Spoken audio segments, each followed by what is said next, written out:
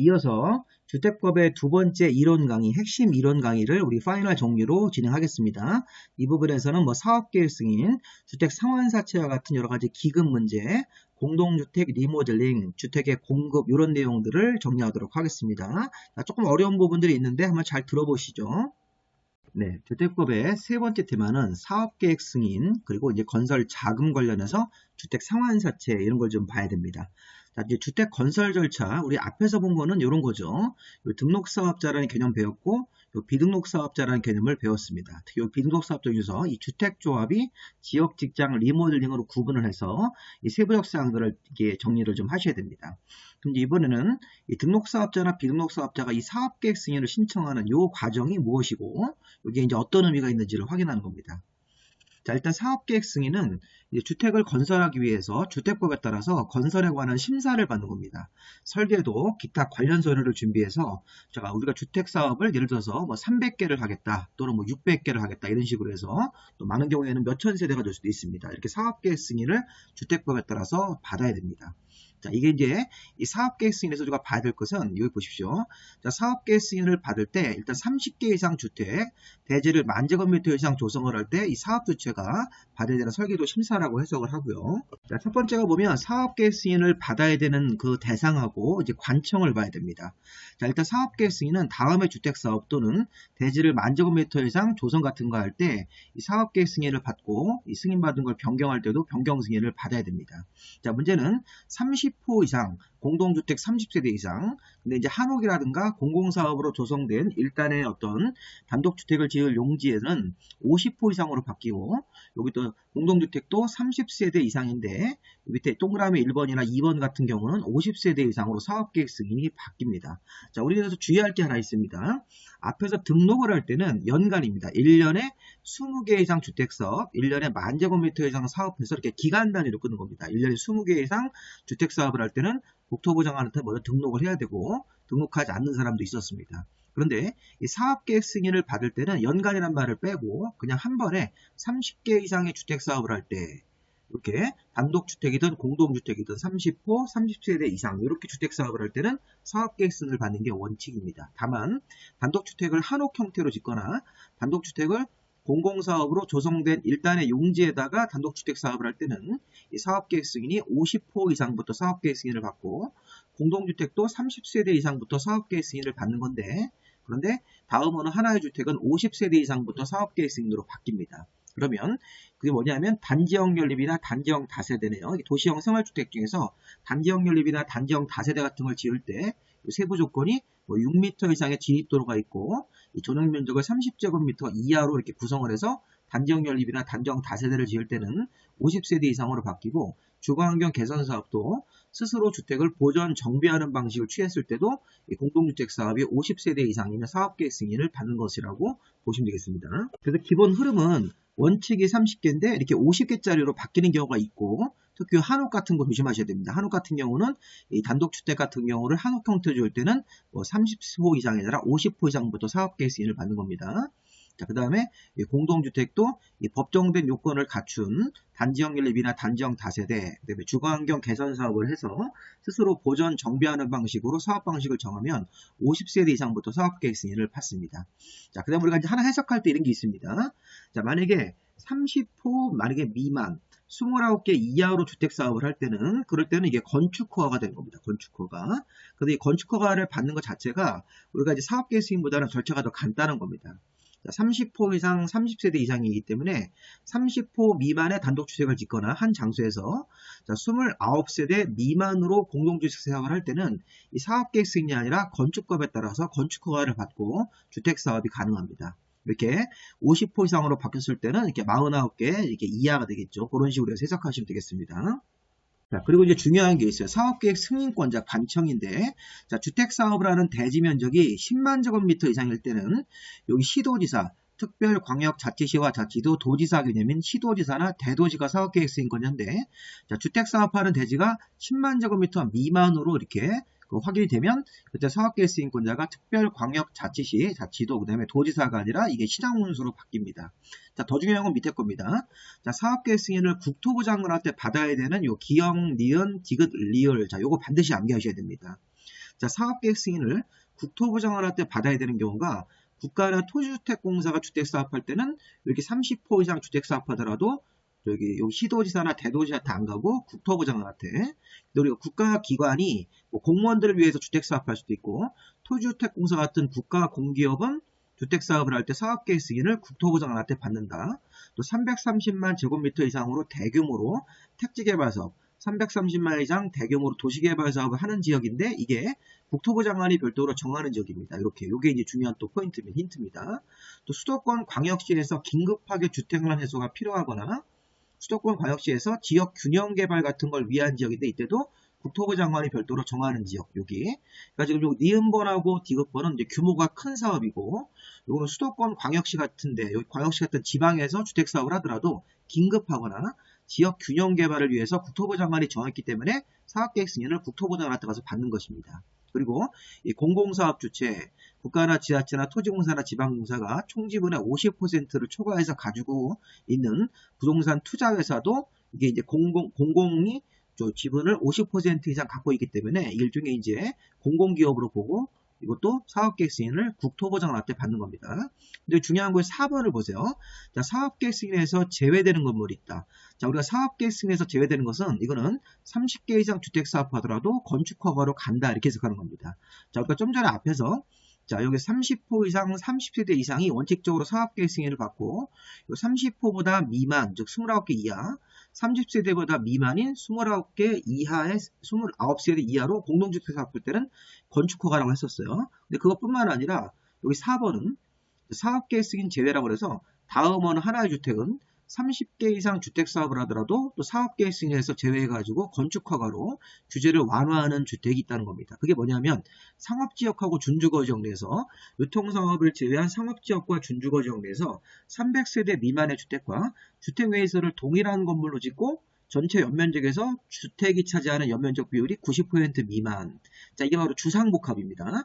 상업지역이나 준주거지역 내에서 300세대 미만의 주택과 주택 외이설이 이게 상가니까 300개 미만의 주택과 주택 외이설을 자, 동일한 건물로 짓고 동일한 건물 내에서 함께 짓고 자, 주택의 연면적 비율이 전체 90% 미만. 자, 이렇게 되면 이 사업계획 승인을 안 받고 건축허가로 가는 겁니다. 자, 300세대 미만이기 때문에 만약에 200개, 150개 이렇게 짓는데 이게 상업지역이고 자, 주택 외이설과 함께 짓고 주택의 비율이 90% 미만, 연면적 비율이. 그럼 요거는 이제 특별하게 150개, 200개를 짓더라도 주상복합이기 때문에 이건 사업계획 승인에서 제외시켜주는 겁니다. 사업계획 승인에서 제외돼가지고 건축허가로 가는 겁니다. 규제를 완화하기 위해서. 또 이렇게 보시면 농어촌 주거환경 개선 사업 중에서 농협중앙회가 조달하는 자금으로 짓는 사업도 주택을 뭐 60개, 70개 짓더라도 사업계획 승인에서 제외되는 굉장히 특이한 형태입니다. 자, 동그라미 1번하고 동그라미 2번을 여기 국토부 장관한테 승인받는 거랑 얘 합쳐버립니다. 시험 문제를 낼 때. 이게 틀리죠. 국토부 장관한테 사업계획 승인 받는 거 기역, 니은, 디귿, 리을하고 사업계획 승인에서 제외되는 건물 기역, 동그라미 1번하고 동그라미 2번을 잘 구분하셔야 됩니다. 자, 하나는 사업계획 30개 이상 주택사업 하더라도 사업계획 승인에서 제외하고 규제를 완화하는 차원에서 건축허가 대상으로 처리해 주는 거고 하나는 국토부 장관한테 사업계획 승인을 받는 거니까 이 부분 잘 구분해서 보셔야 됩니다. 자, 그리고 이제 오른쪽 상단을 보시면, 자, 사업계획 승인을 받았어요. 자, 이게 30개 이상 주택사업을 하거나 대지를 10,000제곱미터 이상 조성사업할 때 사업계획 승인을 받아야 되는데, 자, 문제는 여기 사업계획 승인을 변경할 때도 변경 승인입니다. 근데 변경 승인을 안 받는 예외가 있는데, 여기 1, 2, 3번이 다 기출문제였습니다, 이거. 자, 그래서 포인트는 뭐냐면 공공사업 주체라는 말이 꼭 붙으셔야 돼요. 자, 공공사업 주체니까 국가나 지자체나 토지주택공사, 지방공사를 말하는 겁니다. 아까 우리 앞에서 비등록사업주 중에서 1번이 공공사업 주체이기 때문에 국가나 지자체나 토지공사나 지방공사 같은 공공사업 주체가 사업계획 승인을 받고 자, 변경을 합니다. 자, 총사업비 20% 이내 증감, 공공사업 주체가 대지 면적을 20% 이내로 증감시킬 때 네, 공공사업 주체가 건축물의 설계나 건물의 위치 같은 것들을 변경하지 않는 범위 안에서 건물의 배치를 바꾸거나 아니면 도로의 선형 같은 거, 도로의 어떤 방향 같은 걸 바꾸는 거죠. 이런 경우는 사업계획 승인에서 제외됩니다. 이거 사업계획 승인을 안 받고 처리할 수 있다는 것입니다. 그러니까 시험 문제가 이겁니다. 공공사업 주체를 조합으로 바꿉니다. 자, 조합은 지역 직장조합 같은 조합이나 등록사업자는 자, 이걸 적용하시면 안 돼요. 그렇게 시험 문제를 바꿉니다. 이게. 등록사업자 같은 민간사업 주체가 총사업비 20% 이내로 증감 같은 거 할 때는 사업계획 승인을 변경 승인을 받지 않는다고 하시면 틀린 겁니다. 아니 요걸 이제 경우에 따라서 뭐 30%로 바꿀 수도 있고요. 3번 같은 경우도 건물의 설계와 건물의 위치가 변경되면서 자, 도로의 선형 변경 그러면 틀리는 거죠. 이런 식으로 요즘에 이제 많이 내기 때문에 요거 변경 승인을 받지 않는 예외. 자, 우리 이런 걸 우리 이제 학원 강사분들이 어렵다고 해서 시험 문제 안 나온다고 그러는데 최근에 보면 이런 것들이 좀 가끔 나옵니다. 나오니까 우리가 이제 그런 것들은 이제 우리 학원에서 좀 이렇게 좀 가르치기 어려운 부분을 골라서 심한 문제로 좀 낸 것 같으니까 이런 부분도 한번 우리가 이번 기회에 한번 같이 공부해 보시기 바랍니다. 자, 어쨌든 보시면 이 변경 승인을 안 받은 거 사업계획 승인권자 중에서 국토보정할 때 승인받는 거 4개하고 자, 사업계획 승인에서 제외돼가지고 건축허가로 빼주는 게 있죠. 규제 완화 차원에서 자, 유통상업을 제외한 상업지역과 준주거지역 내에서 자, 300세대 미만의 주택과 주택 외의설을 동일한 건물로 짓고 자, 주택의 연면적 비율이 전체 연면적의 90% 미만을 맞췄을 때는 사업계획 승인에서 제외된다. 주상복합이니까. 자, 그 다음에 여기 농협중화회가 조달하는 자금으로 농어가 주택 같은 걸 짓는 거라고 생각하시면 돼요. 이것도 사업계획 승인에서 제외가 됩니다. 자, 그 다음에 두 번째, 공사 착수. 자, 공사 착수는 기간이 중요합니다. 사업계획 승인을 얻으면 5년 안에 공사를 착수해야 됩니다. 자, 법정된 사유가 있으면 1년 범위 안에서 연장을 할 수 있다. 만약에 5년 안에 공사 착수가 안 되면 사업계획 승인을 취소할 수 있습니다. 자, 여기 보시면 이제 착공신고라는 건 공사 착수하기 위해서 사업주체가 공사를 하려면 이 착공신고 관련 서류를 준비해서 사업계획 승인권자한테 착공신고를 하고 착공신고를 하면 20일 안에 신고 수리 여부를 통지하도록 되어 있습니다. 자, 요거 또 시험 문제 한번 나왔습니다. 착공신고. 그래서 보시면 우리 앞에서 여기 이제 등록사업자나 비등록사업자가 사업계획 승인을 받고 나면 5년 안에 공사 착수하고 공사 착수하기 전에 이런 착공신고라는 걸 꼭 해야 됩니다. 착공신고하면 이제 이게 20일 안에 신고 수리 여부에 대해서 답변이 통지가 옵니다. 여기 옆에 보면 아까 본 거죠. 우리 앞에 처음에 우리 앞에 1강에서 공구별로 사업계획 승인을 받으려면 사업계획 승인 대상이 600세대 이상은 돼야 되는 거죠. 109, 209 이렇게 나눠야 되는데 109 300세대 이상 들어가고 209도 300세대 이상이 무조건 들어가야 되기 때문에 여기 사업계획 승인을 받을 때는 이걸 통합해서 600세대 이상으로 사업계획 승인을 받아야 됩니다. 자, 그 다음 우리가 이제 여기 보시면 최초 여기 착공신고라는 걸 하고 공사를 착수해야 되고 자, 최초 공사를 시행하는 공구는 자, 우리가 이제 공구를 1공구, 2공구로 나눠서 이렇게 사업을 한다. 어떻게 경우에 따라서 3공구가 될 수도 있습니다. 근데 최초 공구는 5년 안에 공사를 착수해야 되고 최초 공구 외의 공구는 최초 공구에 대한 착공신고하고 나서 2년 안에 공사를 착수를 해야 됩니다. 그래서 중요한 게 하나 나옵니다. 자, 제가 좀 전에 이 사업계획 승인을 한 번에 이렇게 받아서 한 번에 공사할 수 있지만 이렇게 공구로 나눠서 이 착공신고를 따로 들어갈 수 있습니다. 그럼 이제 1공구 최초 공구는 자, 여기 최초 공사를 시행하는 공구 1공구는 이 사업계획 승인을 받고 나서 5년 안에 공사를 착수하고 5년 안에 공사 착수 안 하면 사업계획 승인을 취소할 수 있습니다. 요 위에 있는 것처럼. 근데 문제는 최초 공고, 외의 공고, 2공고, 3공고 이런 거는 자, 최초 착공 신고로부터 2년 안에 공사를 착수해야 됩니다. 그래서 우리가 이 최초 착공 신고하고 나서 2년 안에 공사를 이제 착공을 해야 되는데 요 2년 안에 공사 착수를 안 했다고 그래서 이건 사업계획 승인이 취소가 안 됩니다. 그래서 이걸 위반했다고 그래서 사업계획 승인은 취소가 불가하다. 정리하실 때 공고로 1공구, 2공구로 나눠서 공사를 착수할 때 1공구는 사업계획 승인을 받고 나서 5년 안에 공사 착수 안 하면 자, 위반 시 사업계획 승인 취소가 되는데 자, 최초 공고 외의 공고인 2공구부터는 최초 착공신고, 최초 1공구에 대한 착공신고로부터 2년 안에 공사를 착수해야 되고 2년 안에 공사 착수 안 했다고 해서 사업계획 승인을 취소할 수는 없다는 것입니다. 이미 1공구가 진행되고 있기 때문에 그렇게 보셔야 되겠죠. 자, 그 다음에 3번 같은 경우는 대지 소유권의 확보 이렇게 되어 있는데 자, 이 부분은 뭐냐면 사업계획 승인을 받으려는 자는 대지 소유권을 100% 확보하는 게 원칙입니다. 실질적으로 우리가 이 사업계획 승인을 받을 때 대지 소유권 100% 확보가 원칙인데 사업 주체가 이게 좀 어렵습니다. 실무적으로. 그래서 우리가 사업을 좀 더 원활하게 하기 위해서 예외를 두는데 자, 예외 다음 법정된 경우는 그러하지 않다.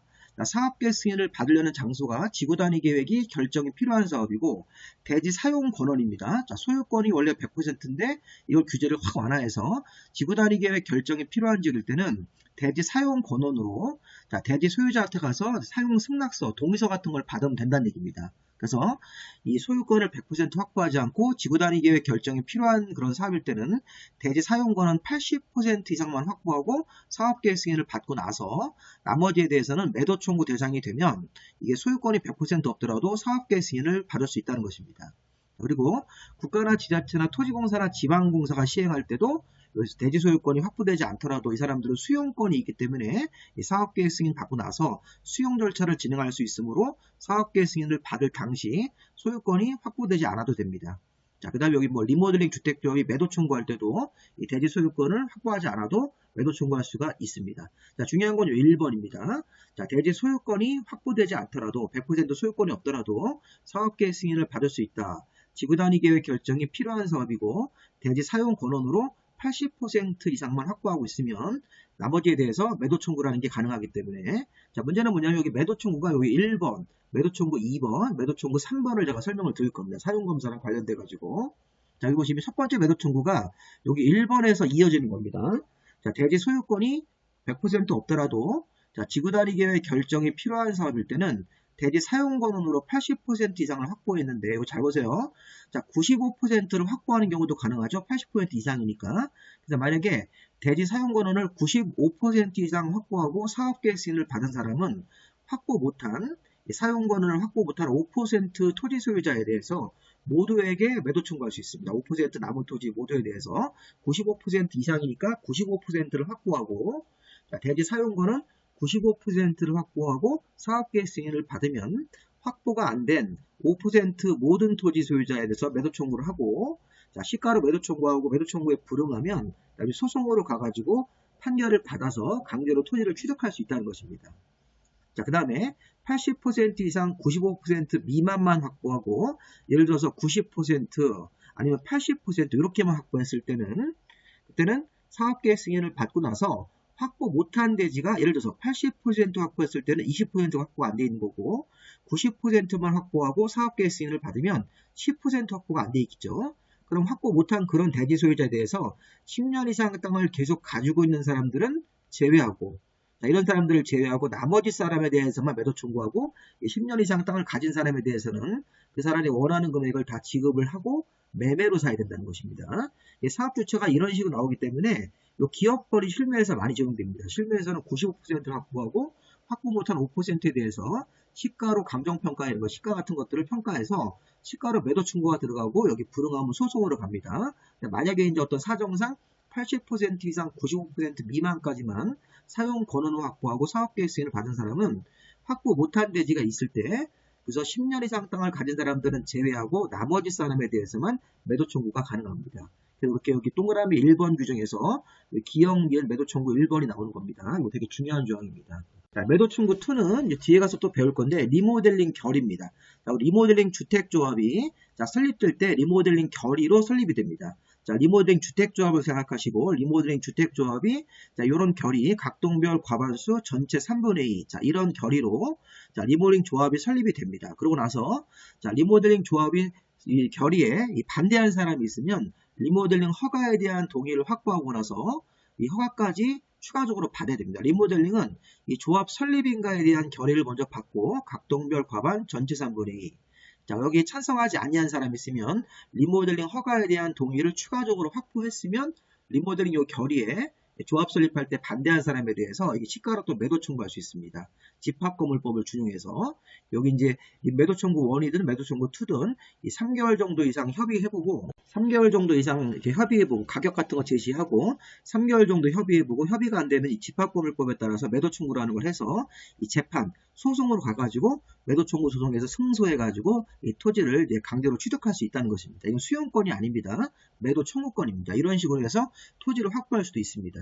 그래서 리모델링 조합이 리모델링 결의에 찬성하지 아니한 사람이 있으면 리모델링 허가에 대한 동의를 뒤에서도 한번 배울 거예요. 리모델링 허가에 관한 추가 동의를 확보하고 나면 리모델링 결의에 반대한 사람에 대해서 시가로 매도 청구할 수 있다. 3개월 정도 이상 가격 협의해보고 협의가 안 되면 이게 이제 매도 청구 소송으로 가는 겁니다. 집합법을 준용해서.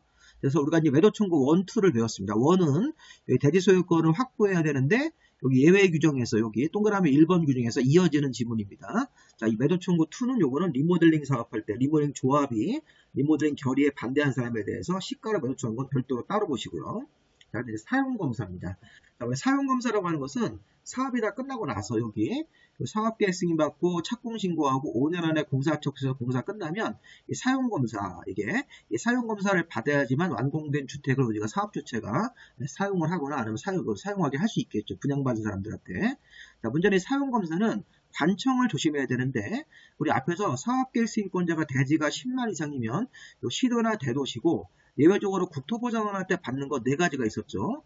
사업계획 승인권자가 국토보장원한테 승인받은 것은 그대로 국토보장원한테 사용검사를 받는데 시도지사한테 받은 사업계획 승인인데 이 사용검사는 또 시군구청장으로 바뀝니다. 이렇게. 그래서 이 사용검사권자가 시도지사나 대도시한테 받은 경우에 시군구청장으로 바뀌고 국토보장원한테 승인받으면 검사도 국토보장원한테 받아야 됩니다.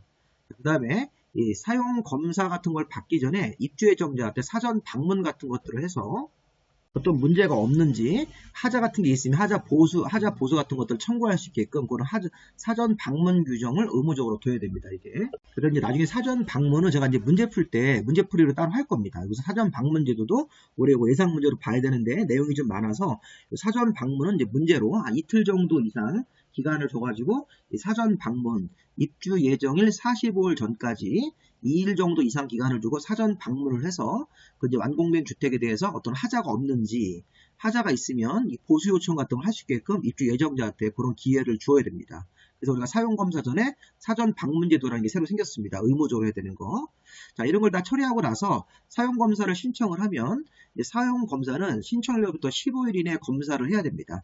자, 공구별로 구분돼서 공사가 완료되면 공구별로 사용검사도 가능합니다. 이렇게. 그래서 우리가 이제 사용검사 같은 게 신청이 들어가면 15일 안에 검사 같은 걸 완료해서 사용검사를 내줘야 되는 것입니다. 자, 임시사용승인 제도도 있죠. 자, 건축물을 동별로 임시사용승인. 자, 이게 건축물이 이게 공동주택일 때는 세대별로도 임시사용승인이 가능하고, 대지는 구획별로 임시사용승인이 가능합니다. 자, 만약에 이 사업주체가 사용검사를 받아야 되는데 사업주체가 파산했습니다. 그러면 다음 순위로 오는 사람이 시공을 보증한 자입니다. 시공을 보증한 자가 잔여공사를 하고 사용검사를 신청해야 되고 시공을 보증한 자도 없거나 이 보증한 자도 파산했을 때는 입주예정자 대표회의가 잔여공사를 하고 나서 사용검사를 꼭 받아야 됩니다. 사용검사라는 게 1순위로 이 사업주체가 공사 완공한 다음에 사용검사를 받는데 신청해서 받아야 되는데 사업주체가 파산했을 때는 시공을 보증한 자가 잔여공사하고 사용검사를 신청하고 시공을 보증한 자도 파산했을 때는 입주예정자 대표회의가 잔여공사를 하고 사용검사를 받아야 됩니다. 자, 근데 이제 매도 청구 세 번째 게 나오는데 이게 사용검사와 매도 청구라는 게 뭐냐면 자, 사용검사를 받았다는 얘기는 주택이 다 완공돼서 이제 입주할 준비가 다 끝났다는 얘기인데 문제는 이때 그 주택이 지어진 대지의 5% 미만으로 어떤 땅에 대해서 문제가 생깁니다. 이 땅을 실소유자가 소유권을 회복을 해갑니다.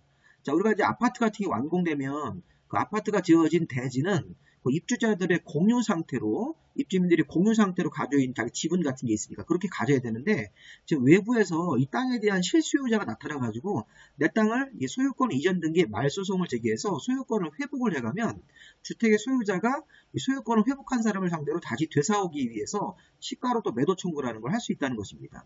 자, 무슨 얘기냐면 이게, 자, 주택의 소유자들은 이제 주택에 입주하는 사람들이죠. 그 주택 같은 걸 이제 사업계획 승인을 받아서 이제 건설이 되고, 이 사업주체가 이걸 분양을 해서 이제 파는 겁니다. 다 팔았는데, 그럼 주택의 그 대지는 주택 소유자 등이 공유하고 있는 주택 소유자들 땅인데, 또 이제 공리시설 상가가 있으면 이제 공리시설 소유자의 땅인데, 자, 그 땅의 원소유자가 주택이 지어지기 전에 그 땅 소유자가 있었는데, 그 사람이 실소유자입니다. 이런 경우도 있겠죠. 자, 실소유자 갑이라는 사람이 해외에 출장을 갔다 하고 되게 행방불명이 됐습니다. 어떤 문제가 생겨가지고. 그래서 이제 이 사람이 몇 년간 안 들어와가지고 이 부인이라든가 가족이 이 땅을 판 겁니다. 건설회사한테. 근데 실소유자가 행방불명된 사람이 다시 나타나가지고서 이 땅을 왜 팔았냐 이렇게 이의제기하면서 이거를 소송을 제기합니다. 그래서 건설회사 여기 상대로 해가지고 소유권 이전 등기 말소송 같은 걸 제기해가지고 아니면 여기 주택 소유자들 상대로 이런 식으로 소유권 이전 등기 말소송 제기했다는 얘기가 뭐냐면 이 실소유자 땅이 이 실소유자의 부인이 이걸 다시 자기 허락도 안 받고 팔아먹은 거니까 나중에 되찾아오겠다 해가지고 소송을 제기해서 이걸 승소합니다. 자, 그러면 이 실소유자가 이 땅을 찾아오면 이 주택 건설한 대지의 일부 땅이 이게 문제가 하자가 생긴 거죠. 이 주택을 갖고 있지 않은 사람이 외부인이 실소유자가 이걸 찾아갔으니까 그럼 같이 이걸 되사와야 됩니다.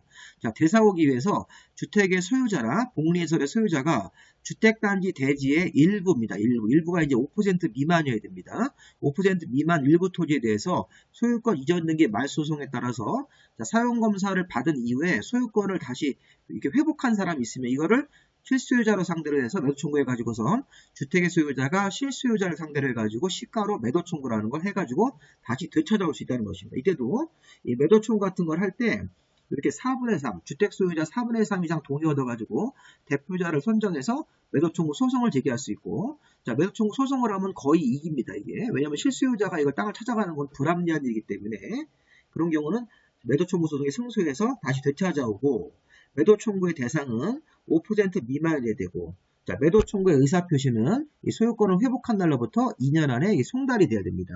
그래서 이 매도 청구를 제기할 수 있는 의사표시가 한 2년 정도 여유기한을 줄 테니까 이 매도 청구라는 걸 하고 거기 불응하면 이게 이제 소송 같은 걸 제기할 수 있게 해줍니다. 그래서 이 소송은 4분의 3, 주택 소유자 4분의 3 이상이 동의해서 매도 청구 소송 같은 걸 해가지고 승소하면 그 결과는 모든 주택 소유자한테 효력이 미칩니다. 4분의 3한테만 미치는 게 아닙니다. 제가 지금 설명한 게 다 기출문제에서 나왔던 형태이기 때문에 이 매도 청구 세 번째 거하고 매도 청구 두 번째 거하고 매도 청구 첫 번째 거 이렇게 해서 주택법의 매도 청구가 각각 3번 나오는데 이게 어떤 상황에서 매도 청구가 나오고 이 매도 청구를 제기하는 사람이 누군지에 대해서는 한번 잘 생각을 해보시기 바랍니다. 이렇게 해서 우리가 이제 여기 보셨고 여기 맨 위에 있는 건 뭐냐면 사업계획 승인권자가 다음 사항에 대해서 통합심의를 할 수 있다. 그 사업계획 승인을 내줄 때 뭐 건축법상 건축심의, 국토계획법상 도시관리계획이라든가 개발행위 허가에 관한 심의, 자, 광역교통대책, 교통평가, 경관심의, 자, 이런 것들이 있었을 때 통합심의라는 걸 할 수 있습니다.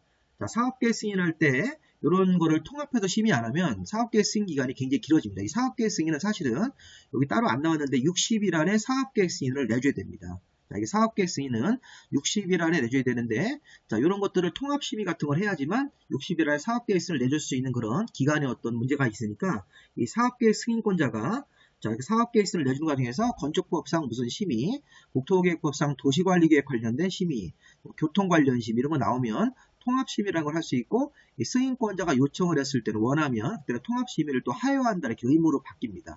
자, 통합심의를 할 수 있고 승인권자가 승인 요청자, 사업계획 승인 요청자가 별도로 원하는 그런 의사표시가 있었을 때는 통합심의라는 걸 하여한다 해서 사업계획 승인을 신속하게 낼 수 있게끔 관련 절차가 있고, 여기는 따로 안 나왔지만 이 사업계획 승인은 60일 안에 내주도록 되어 있습니다.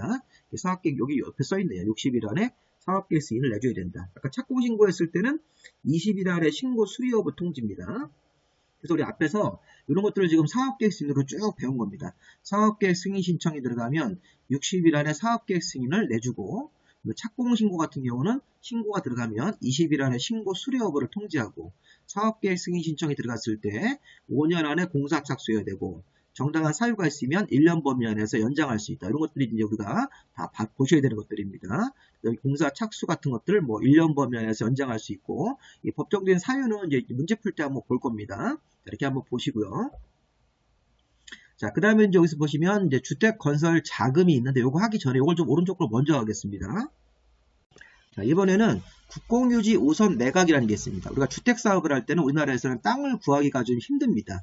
자, 그러면 이 국공유지 우선 매각은 누가 국가나 지방자치단체가 소유한 토지를 매각하거나 임대 같은 거 할 때 누구에게 우선적으로 이렇게 매각을 하거나 자, 임대할 수 있다 이렇게 되어 있는데, 자, 국민주택 규모로 50% 이상을 건설하는 사업주체한테, 자, 국민주택이 아니에요. 국민주택 규모인 자 1호 1세대당 85제곱미터 이하의 규모를 50% 이상 건설하는 사람들한테 우선적으로 토지를 매각할 수 있고, 아까 우리 지역이나 직장처럼 이런 주택조합이 주택사업할 때도 땅이 부족하면 국가나 지방자치단체가 땅을 팔 때 주택조합에게도 우선적으로 매각할 수 있습니다. 만약에 국가나 지방자치단체가 우선적으로 매각하거나 임대했는데 이런 사람들이 2년 안에 해당 사업에 착수하지 않으면 다시 환매하거나 임대계약을 취소할 수 있습니다. 2년 안에 공사를 착수해야 됩니다. 관련 공사를. 자, 이번엔 채비지 매각 요구. 자, 우리 채비지 매각 요구도, 자, 우리 예전에 도시개발법에서 환지 방식할 때 도시개발 사업의 비용 충당을 위해서 도시개발 사업 시행자가 이 채비지를 빼서 나중에 외부인들한테 파는 거죠. 그럼 우리가 지금 주택법에서 국민주택 용지네. 요번에 이제 국민주택을 짓기 위한 용지입니다. 위에 거는 국민주택 규모로 50% 이상을 짓는 거고, 밑에 거는 국민주택 용지로 쓰기 위해서 땅이 부족하면 도시개발사업 시행자한테 가서, 이 시행자한테, 환지방식 시행자겠죠. 도시개발사업의 환지방식 시행자한테 채비지를 팔 거면 나한테 먼저 팔아라 이렇게 매각을 요구할 수 있습니다. 왜냐면 국민주택 용지 좋은 목적으로 쓰기 때문에 서민들을 위한 국민주택을 지을 건데 땅이 없다. 그러면 채비지 매각 요구라고 할 수 있고, 자, 도시개발사업 시행자는 채비지 전체 면적 중에서 50% 범위 안에서 매각할 수가 있습니다. 자, 매각을 원하는 사람, 요구하는 사람이 여러 명이면 이제 경쟁 입찰로 매각이 가능하고요. 자, 그 다음에 채비지 양도 가격이 중요한데, 채비지 양도 가격은 감정가입니다. 감정가. 자, 그러니까 우리가 이제 시가를 좀 이렇게 반영을 해서 감정가를 정해가지고 파는데, 다만, 이 국민주택을 85제곱미터 이하의 임대주택용지, 60제곱미터 이하로 국민주택 같은 걸 짓는 그런 상황한테, 자, 그런 사람들한테 팔 때는 감정가보다 낮은 이게 원가 기준으로 채비지를 팔 수도 있다는 것입니다. 이렇게 원가 기준으로 팔면, 자, 이렇게 하면 굉장히 싸게 사는 거죠. 국민주택 같은 거를 짓는데 60제곱미터 이하로 짓거나 85제곱미터 이하로 임대주택 같은 걸 짓는 경우도 우리가 조성 원가 기준으로 할 수 있습니다. 자, 원칙은 감정가인데 이게 85제곱미터 이하의 임대주택, 60제곱미터 이하의 분양주택 같은 거, 국민주택 같은 걸 건설해서 분양할 때는 채비지 양도 가격 같은 경우를 조성 원가 기준으로 할 수 있습니다. 이 원가하고 감정가를 바꾸는 경우도 많습니다. 이것들 한번 잘 보셨다가 나중에 이 채비지 매각 요구를 했는데 50% 범위 안에서 매각이 가능하다. 채비지 매각 가격은 원칙적으로 조성 원가다. 근데 85제곱미터 이하의 임대주택을 짓는 그런 사람한테 매각할 때는 이게 감정가로 할 수 있다고 그러면 안 되죠. 틀린 겁니다. 앞뒤로 바꿀 수 있습니다. 자, 수용 사용은 국가나 지자체나 토지공사, 지방공사 같은 공공사업 주체가 국민주택 건설하기 위해서 이 공익사업법, 공취법 규정을 준용해서 수용 절차를 진행을 해가지고 강제로 수용할 수 있습니다. 우리 사업 주체 중에서 여기 앞에서 우리 등록사업자 수용 못합니다. 여기 국가나 지자체, 토지공사, 지방공사가 국민주택 사업을 할 때만 수용이 가능하다. 공익법인도 수용 안 되고 지역 직장조합은 당연히 수용 안 됩니다. 고용자도 수용이 안 됩니다. 수용이 되는 사람들은 국가나 지자체나 토지공사나 지방공사고 나머지 사업 주체는 사업계획 승인을 받을 때 땅을 필요로 하면 이렇게 아까 매도 청구라는 거 있었죠. 앞에서 여기 지구단위 계획 결정을 하고 80% 이상 확보한 다음에 나머지 확보 못한 토지는 매도 청구다. 이런 식으로 95% 이상 확보했을 때는 확보 못한 5%에 대해서 모두 매도 청구할 수 있고 이렇게 95% 미만 80% 이상일 때는 10년 이상 땅을 가진 사람들은 제외하고 나머지 사람에 대해서만 매도 청구한다. 이런 식으로 해서 땅을 확보하도록 되어 있고 여기 국가나 지자체나 토지공사나 지방공사는 그걸 따르지 말고 좀 전에 얘기한 걸 따르지 않고 매도 청구하지 않고 강제로 국민주택 사업을 위해서 이 공익사업법을 준용해 가지고 수용할 수 있습니다. 자, 수용에 대한 세부 절차는 이 법 규정을 제외하고는 공익사업법을 준용합니다. 공취법이라는 게 공익사업을 위한 토지 등의 취득 보상 법률이죠. 이렇게. 자, 우리 공익사업법을 준용할 때는 이 사업인정이라는 걸 따로 받아야 되는데 이 사업계획 승인을 사업인정으로 이렇게 간주합니다. 자, 그 다음 우리가 이제 매수 업무의 위탁은 국가하고 토지주택공사는 주택사업을 하면서 여기 보시면 토지 매수 업무나 손실 보상 업무를 지방자치단체장한테 위탁할 수 있다. 국가하고 토지주택공사가 토지 매수 업무 같은 걸 하기가 좀 어려우면 손실 보상 같은 거 어려우면 지방자치단체장한테 매수 위탁할 수 있고 지방자치단체장한테 수수료 같은 거 매수 금액에 대해서 2% 정도 수수료를 지급을 해야 됩니다.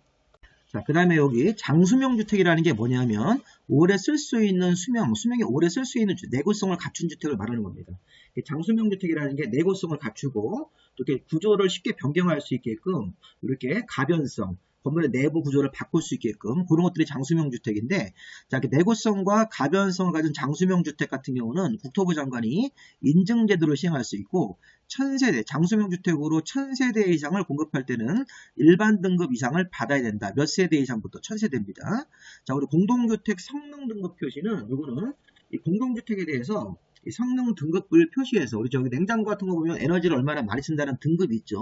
뭐 1등급, 2등급, 3등급, 4등급, 5등급, 그래서 5등급이면 우리 자동차라든가 냉장고 가전제품에 오시면 전기라든가 어떤 기름을 많이 먹을수록 5등급, 굉장히 적게 쓸 수 있을 때는 1등급 이런 거 있는데, 이 공동주택도 500세대 이상 공동주택을 공급할 때는, 자, 주택이 얼마나 에너지를 많이 사용하는지 이런 등급을 받습니다. 등급을 받아서 입주자 모집 공고에다가 표시를 해야 됩니다.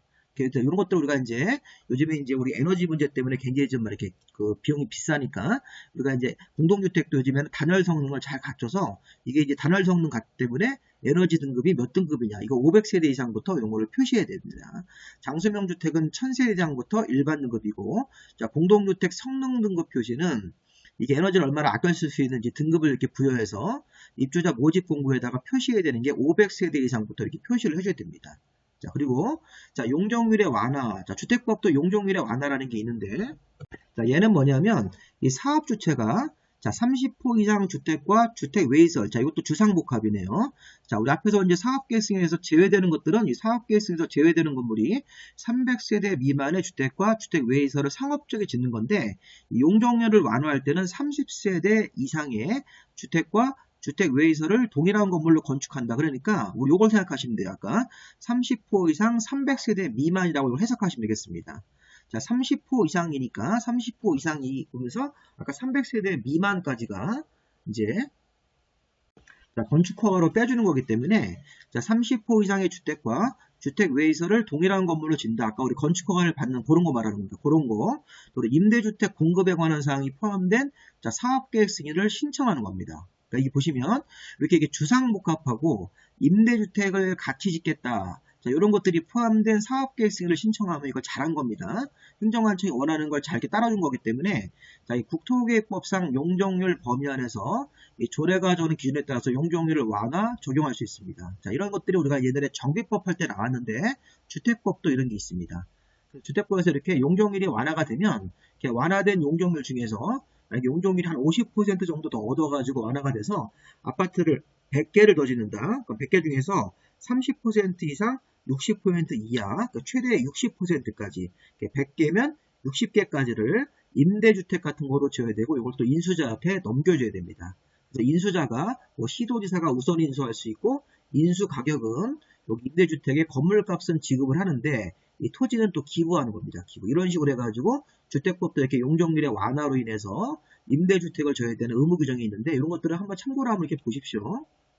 자, 혹시 주택법에서 이렇게 용적률을 완화해서 추가적으로 이렇게 주택을 더 지었을 때는 100분의 30에서 30%, 60% 이하 범위로 임대주택 같은 것들을 짓고 이걸 인수자들이 가져가도록 되어 있습니다. 자, 인수자들한테 공급을 해야 되는데, 자, 그 중에서 우리 인수자가 이제 뭐 국토부 장관이나 시도, 시군구, 토지주택공사 이런 사람인데, 시도지사가 우선적으로 인수해 갈 수 있습니다. 자, 인수 가격은 이 임대주택에 대한 주택, 건축, 건물비는 건축비라는 형태로 지급을 하고, 토지는 이제 기부하는 형식으로 이제 가져갑니다. 이런 식으로 해서 주택법도 용적률이 완화가 되고, 아파트를 더 짓고, 더 짓는 것 중에서 이 완화된 용적률로 더 짓는 것 중에서 일정한 비율을 임대주택으로 공급하는 규정이 있습니다. 자, 왼쪽에 보시면 토지임대부 분양주택. 자, 이거 토지임대 분양주택은 토지는 사업주체가 소유권을 가지고 있고 건물 부분만 분양받는 일종의 반값 아파트입니다. 자, 토지임대부 분양주택은 토지에 대해서 임대차 기간을 설정해야 되겠죠. 임대차 기간을 설정하고 이제 매월 월별 임대료를 내야 됩니다. 그래서 건물만 소유권을 가지고 있는 거고, 이 토지는 빌려 쓰는 형태이기 때문에 대신 이제 분양가가 싸겠죠. 우리가 이제 토지하고 건물을 같이 분양받으면 분양가가 8억인데, 뭐 토지임대부 분양주택으로 분양받으면 뭐 건물값만 뭐 한 4억 해가지고 반값 이하로 아파트를 받을 수 있는 그런 것들을 해서 일단 임시로 자기 주택을 마련해라, 이런 취지로 만든 겁니다. 자, 일단 임대차 기간은 40년 이내로 하고 토지임대부 분양주택 소유자의 75% 이상이 계약갱신을 청구하면 추가로 40년 정도 이내 범위 안에서 갱신할 수 있기 때문에 임대차 기간은 40 플러스 40이기 때문에 최대 80년까지 임대차 같은 걸 할 수 있다는 것입니다. 75% 이상이 계약갱신을 청구하면. 자, 그 다음에 토지 임대료 약정을 체결하고 나서 2년 지나기 전까지는 임대료 증액을 청구할 수가 없습니다. 자, 그리고 토지 임대료는 월별 임대료를 원칙으로 하되 이거 합의 같은 걸 했을 때는 임대료를 선납을 하거나 3년 만기 정기예금의 그 이자 같은 걸 고려해서 이 보증금으로 전환해서 납부할 수도 있습니다. 자, 그러면 4번 보시면 토지임대부 분양주택은, 자, 토지임대부 분양주택을 이게 이제 시세보다 싸게 분양받는 주택으로 해석해서 그런 것들을 공급받는 사람들은 이 전매 제한기간이라는 게 있습니다. 뒤에 가서 배울 건데 이 전매 제한기간이 10년입니다. 10년. 자, 거주 의무기간이 5년이고 이 토지임대부 분양주택에 대해서 전매 제한기간이 10년이고, 자, 10년 지나기 전에는 이거를 전매할 수가 없습니다. 다만 이 토지임대부 분양주택을 공급받아서 살던 사람들이 여러 가지 부득이한 사유가 있겠죠. 뭐 해외로 이주를 하거나 세대원 전부가, 그다음에 여러 가지 그 밖에 뭐 불가피한 사유로 이렇게 전매 제한기간이라도 이걸 팔고 싶다 그럴 때는 이 토지주택공사한테 이 주택의 매입을 신청할 수가 있습니다. 그래서 이렇게 토지임대부 분양주택 같은 경우를 공급받는 사람들이 전매 제한기간 10년 지나기 전이라도 이게 만약에 부득이한 사유로 좀 팔고 싶다 그럴 때는 토지주택공사한테 매입을 신청할 수 있다. 그렇게 해석하시면 되겠습니다. 자, 그 다음에 요건 이제 뒤에 가서 전매 제한 기간은 보시고요. 자, 더 중요한 게 주택 상환사채입니다. 자, 주택법에는 주택상환사채라는 채권이 있습니다. 자, 주택상환사채가 이게 회사채입니다. 여기 사자가 이게 모일사자 회사입니다. 회사. 이렇게 보시면 토지주택공사하고 등록사업자가 주택을 짓는데 돈이 필요하면 주택상환사채를 발행을 해서 돈을 모을 수 있다는 겁니다. 이때 주의할 점이 이 토지주택공사 등록사업자가 있는데 등록사업자는 여기 빨간색 요건을 모두 갖춰야 됩니다. 자, 여기 지금 자본금 5억 이상은 있어야 된다. 아까 우리 등록을 할 때는 자본금 3억만 있으면 되는데 등록사업자가 사채를 발행할 때는 자본금 5억으로 증액돼 있어야 되고 최근 3년간 연평균 300세대 이상의 건설 실적이 있어야 되고 또 건설산업기본법에 따라서 등록도 해야 되고 또 보증서도 내야 됩니다. 토지주택공사는 이런 게 필요 없는데 등록사업자는 자본금 5억, 최근 3년간 연평균 300세대 이상의 건설 실적, 그 다음에 건설업 등록, 보증서 같은 것들 요거를 모두 갖췄을 때 등록사업자가 주택상환사채를 발행할 수 있습니다. 주택상환사채에 대해서 이 법 규정을 제외하고는 상법 규정을 적용합니다. 이 회사가 채권을 발행하는 거기 때문에 주택상환사채의 발행계획을 만들어서 국토부장한테 승인을 얻어가지고 발행하도록 되어 있습니다. 요 기획재정부 장관 승인 그러시면 안 됩니다. 주택상환사채는 기명식으로 발행한다. 자, 왜 기명식일까요? 나중에 주택 상환사채를 상환하는 방법이 주택을 건설해서 상환하는 겁니다. 상환기간이 3년을 초과할 수 없기 때문에 3년 정도 이내로 상환기간을 정해서 주택을 건설해서 토지주택공사라는 회사, 등록사업자라는 건설회사가 주택으로 이 원금과 이자를 상환하도록 되어 있으니까 기본적으로 이렇게 주택 같은 물건으로 상환하기 때문에 기명식입니다. 다만 이제 주택상환사채가 주택으로 상환하는데 사채권자가 원하면 이 원리금을 현금으로 상환할 수 있다는 규정도 있습니다. 자, 이것도 있으니까 한번 읽어보시고요. 자, 주택상환사채는 이렇게 상법을 적용하고 국토부 장관 승인받아야 되고 기명증권이고 3년을 초과할 수 없게끔 상환사채 상환기간을 정합니다. 자, 그 상환 방법은 주택을 건설해서 상환하는 게 원칙인데 이 사채권자가 원하면 현금으로 상환할 수 있다. 자, 주택 상환사채가 원칙적으로 양도라든가 중도 상환이 금지입니다. 자, 주택법에서는 아까 주택조합원의 지위를 이렇게 다른 사람으로 교체하는 게 금지듯이 주택상환사채도 청약통장 같은 거 없더라도 주택상환사채를 가지고 있으면 주택을 받을 수 있는 증서이기 때문에 주택상환사채가 원칙적으로 양도나 중도해야 금지인데 뭐 근무 같은 이유로 세대원 전원이 이주하거나 뭐 생업, 뭐 취약, 상속받은 주택으로 세대원 전부가 이사를 나갈 때 해외 이주, 2년 이상 해외 치료 이런 부득이한 사유가 있었을 때는 주택상환사채를 양도할 수가 있죠. 그럼 주택상환사채가 기명식 채권인데 이런 부득이한 사유로 양도가 된다면 어떤 식으로 해야지만 대항 요건을 갖추고 어떤 식으로 해야지만 이전 요건을 갖추는지를 한번 보겠습니다. 주택상환사채를 만약에 부득이한 사유로 명의를 변경할 때는 취득자의 성명 주소를 원고에다 기재해서 명의 변경 양도가 되는 겁니다. 그래서 양도 이렇게 이전하는 그런 방법은 자, 일단 주택상환사채에 그 취득하는 사람 성명 주소를 채권 원고에다가 기재해서 주택 상환사채가 이전 양도가 되고, 자, 취득자가 대항력을 갖추려고 그러면 취득자 성명을 채권에 기재를 안 하면 제3자한테 대항할 수가 없는 겁니다. 여기는 이제 이 취득자 성명 주소를 원부에 기재해서 이거를 갖다가 이전하는 거고, 대항력을 갖추려면 이때는 이제 뭐 주소는 필요 없고 취득자 성명만 이 채권에 기재 안 하면 제3자한테 대항할 수 없으니까 이 채권에 성명을 기재해서 대항력을 갖추라는 겁니다. 그다음 우리가 이제 기본적으로 주택 상환사채를 이렇게 부득이한 사유로 명의 변경할 때는 취득하는 사람이 일단 자기 이름과 주소를 이 채권 원부에다 먼저 기재를 해서 이전을 시키고, 대항력을 갖추기 위해서 이 자기 성명을 또 채권에도 기재를 해가지고선 이 대항력까지 갖추도록 되어 있습니다. 이런 식으로 해가지고 이전 요건과 대항력을 갖추기 위한 요건. 자, 그 다음에 우리 이제 주택 상환사채를 발행을 해서 납입금이 여기 토지공사라든가 등록사업자 들어오면 이거 쓰는 용도가 정해져 있습니다. 주택사업을 하기 위한 자재 구입, 택지 구입 비용, 건설 공사비 같은 것들을 충당하는 이런 거로만 써야 되지 다른 목적으로 사용할 수 없습니다. 자, 주택 상환사채는 요 등록사업자가 등록이 말소가 됐더라도 주택 상환사채 발행 효력에는 영향이 없는 것입니다. 자, 이렇게 주택 상환사채 등록사업자가 등록을 하고 이 사채를 발행을 했는데 그 이후에 등록이 말소됐더라도 이미 발행된 주택 상환사채 효력은 그대로 유지가 되기 때문에 여기에 대한 주택 사업을 할 수 있다는 것입니다. 자, 그리고 이제 국민주택사업 특별회계 이렇게 국민주택사업 특별회계는 지방자치단체도 국민주택사업을 하기 위해서 이런 특별회계를 설치 운영하도록 되어 있습니다. 이 지방자치단체는 이제 시도의사로 해석하시면 되겠습니다. 자, 여기까지 하시면 이 주택의 아까 우리 건설 부분에서 사업계획 승인하고 이 건설 자금 부분들을 쭉 보신 겁니다. 그래서 이게 문제가 이 부분도 이제 한 두 문제까지 나올 수 있으니까 아까 지역 직장조합 같은 것도 뭐 문제가 두 문제 나올 수 있고, 사업계획 승인하고 이 건설 부분, 여기 건설 부분하고 자금 부분, 주택 상환사채 같은 거, 건설할 때 뭐 땅을 구입하는 방법, 뭐 용적률의 완화 규정도 있고, 그리고 장수명 주택, 공동주택 성능 등급을 표시해야 되는 세대가 몇 세대 이상부터인지, 토지임대 분양주택 같은 거 다 의미가 있는 것들이니까 한번 확인해 보시고요. 그 다음에 주택법의 이제 파트가 공동주택의 리모델링 파트로 바뀌었습니다. 자, 우리 공동주택 리모델링도 한 문제 정도 나올 수 있습니다. 자, 우리 주택법에서는 우리 앞에서 조금 배웠죠. 주택조합할 때 리모델링 주택조합을 설립해서 이 공동주택 소유자가 이런 조합을 설립해서 리모델링 사업을 할 수 있습니다. 그래서 중요한 포인트는 뭐냐면 리모델링의 종류와 리모델링의 사업 주체가 이렇게 있습니다. 자, 우리 앞에서 배운 겁니다.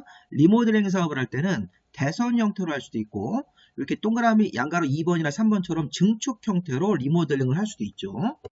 자, 주택법상 리모델링은 자, 대선 형태로 하면 자, 사용검사 후 10년이 경과한 후에 대선 형태로, 그래서 면적이라든가 어떤 것들이 늘어나지 않고, 자, 면적이라든가 어떤 건물의 규모 같은 것들이 뭐 높이 이런 거, 층수 같은 것들이 늘어나지 않고 종전 규모 내에서 이렇게 고치는 그런 형태로 리모델링을 하면 대선이고, 이건 10년만 지나면 할 수 있습니다. 그런데 우리가 15년이 경과가 되면 증축형으로 리모델링을 할 수 있죠. 증축형 리모델링을 할 때 세대 면적을 증가할 때, 그럴 때는 각 세대 조정 면적을 30% 이내까지 증축시킬 수 있다 이렇게.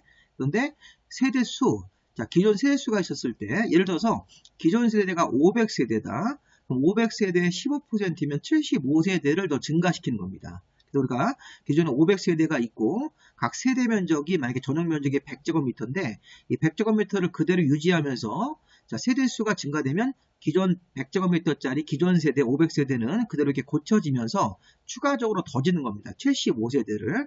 그래서 만약에 500세대가 기존 세대 수면 15%를 증가해서 자, 세대 수를 15%를 늘리면 500세대의 15%니까 75세대가 증가가 되고, 그걸 이제 일반 분양을 해서 리모델링 비용 같은 걸 쓰는 것이 바로 이게 세대수 증가형 리모델링입니다. 이것도 사용검사 후 15년은 지나야 되죠.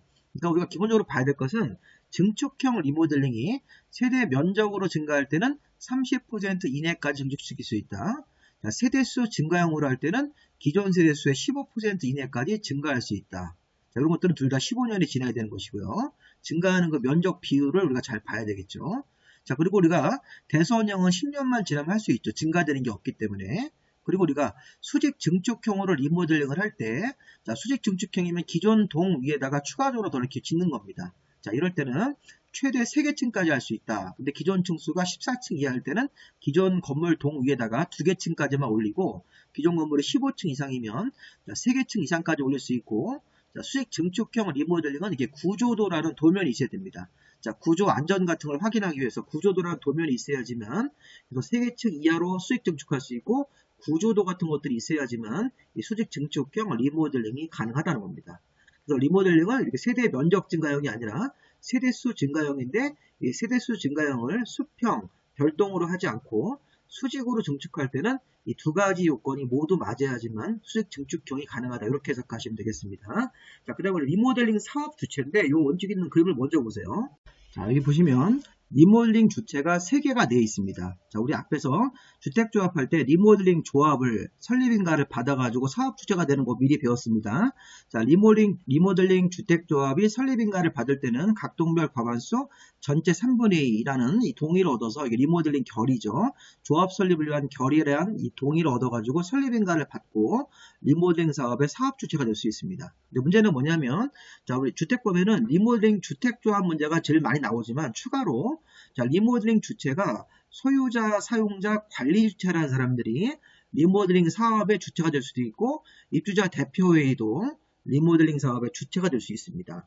이때는 이제 요거 소유자나 사용자 관리 주체라든가 대표회의는 설립인가라는 결의를 받기 위한 동의 같은 건 없기 때문에 그냥 리모델링 주택조합과 다르게 소유자, 사용자, 관리 주체가 사업 주체가 될 수가 있고 입주자 대표회의도 사업 주체가 될 수 있고 리모델링 조합을 만들어서 사업 주체가 될 때는 이 동의 요건을 갖춰가지고선 설립인가를 받아야 되죠. 설립인가 받는 건 요거밖에 안 받는 겁니다. 자, 이렇게 사업 주체가 3가지가 있다는 걸 아셔야 됩니다.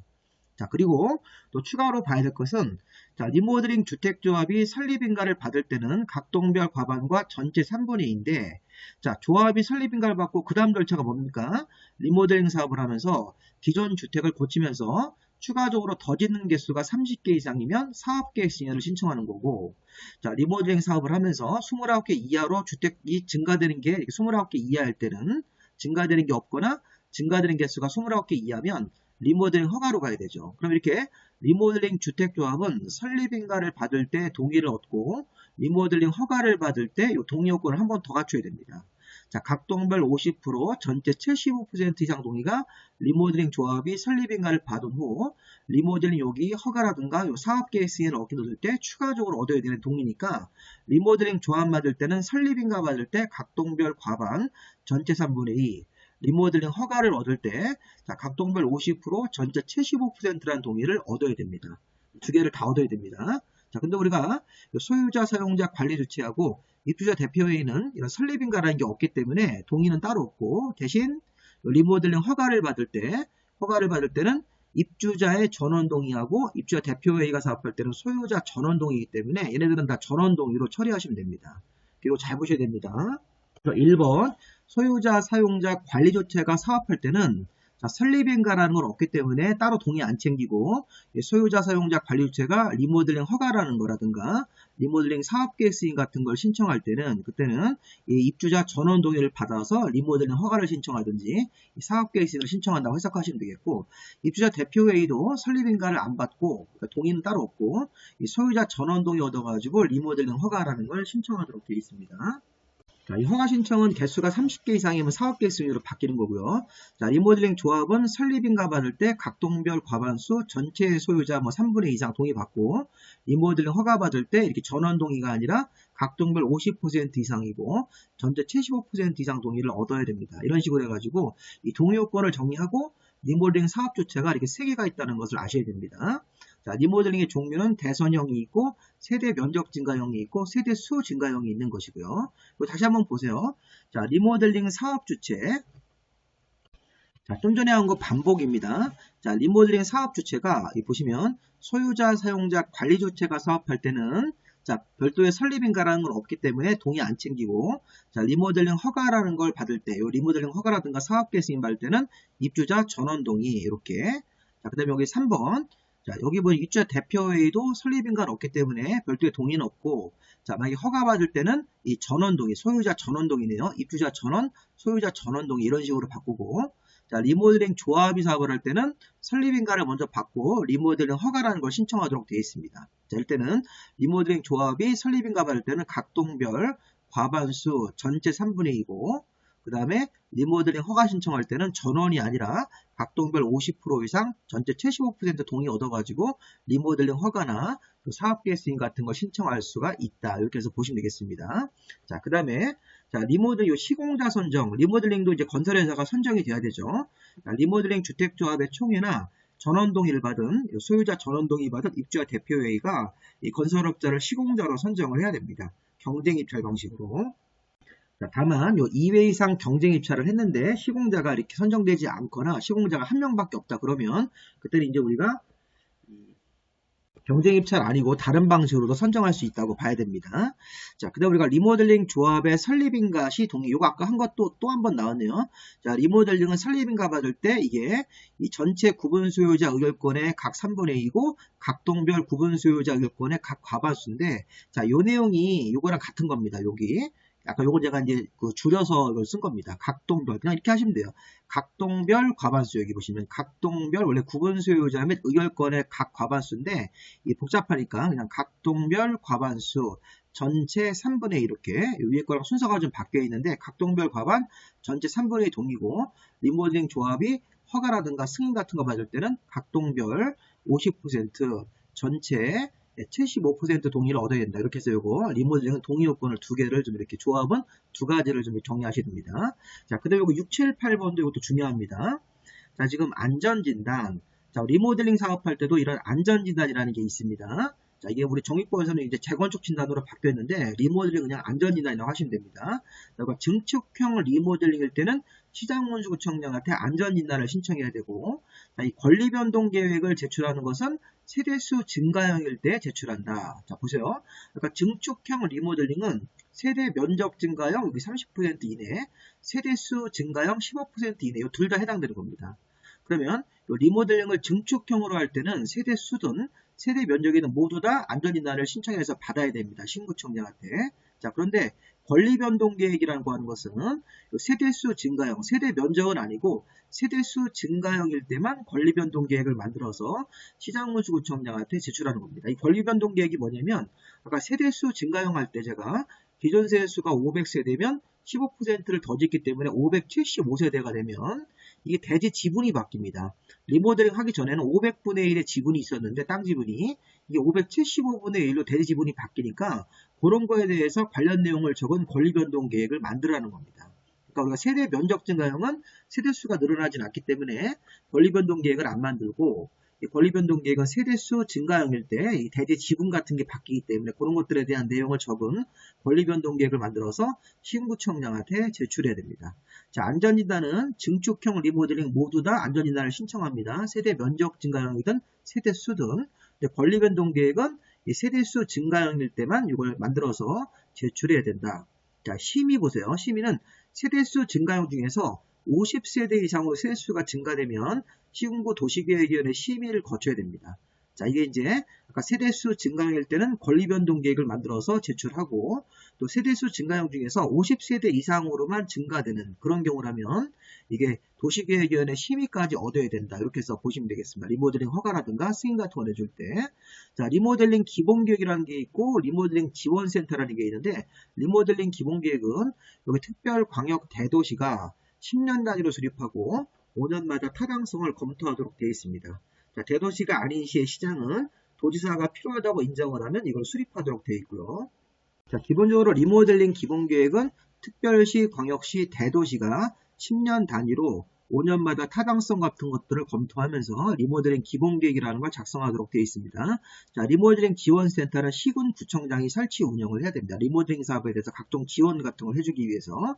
리모델링도 우리가 이제 요즘엔 재건축 재개발이 조금 어려운 쪽에서는 리모델링을 선택을 해서 리모델링 사업을 해가지고 우리 이제 아파트 같은 공동주택의 어떤 환경을 바꿀 수도 있을 겁니다. 자, 그 다음에 자, 마지막으로 주택의 공급입니다. 자, 이 공급도 경우에 따라서는 두 문제까지 나올 수 있는데 보통 이제 한 문제 나온다고 보시면 되겠고, 이 주택의 공급은 자, 건설된 주택이나 복리시설 같은 상가를 분양하거나 임대하는 것을 우리가 공급이라고 합니다. 분양만 공급이 아니라 임대 아파트 같은 거 지어서 임대하는 것도 공급이라고 할 수 있습니다.